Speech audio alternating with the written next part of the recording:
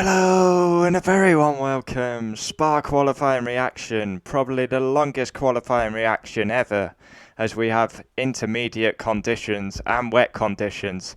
Max on pole, but forget Max on pole. George Russell, P2, Inner Williams. Give him that contract now, Toto Wolff. Your decision has just been made. I've been calling it for months. Get Russell in the Mercedes. P2 in a Williams.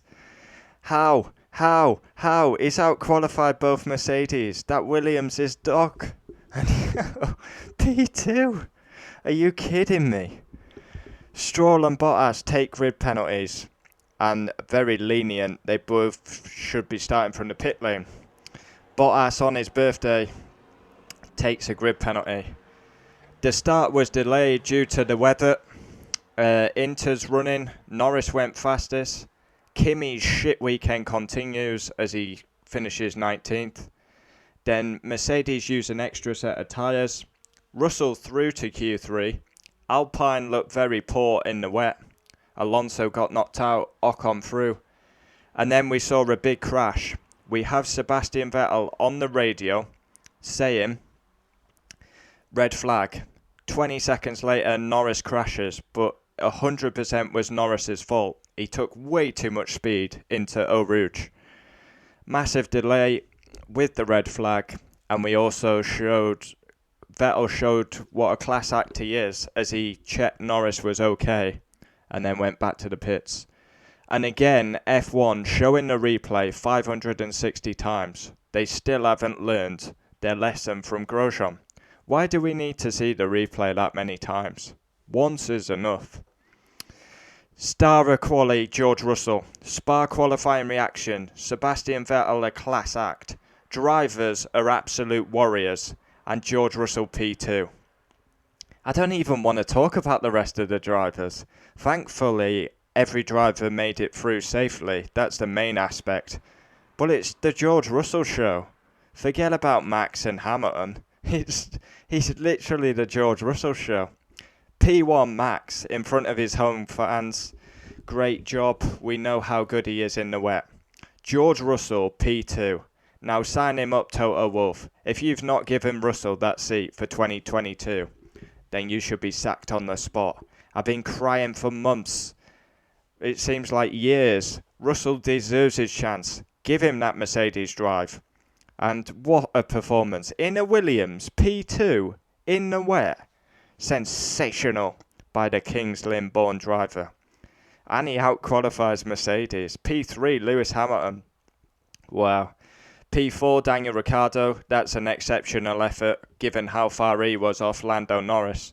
P5, Sebastian Vettel.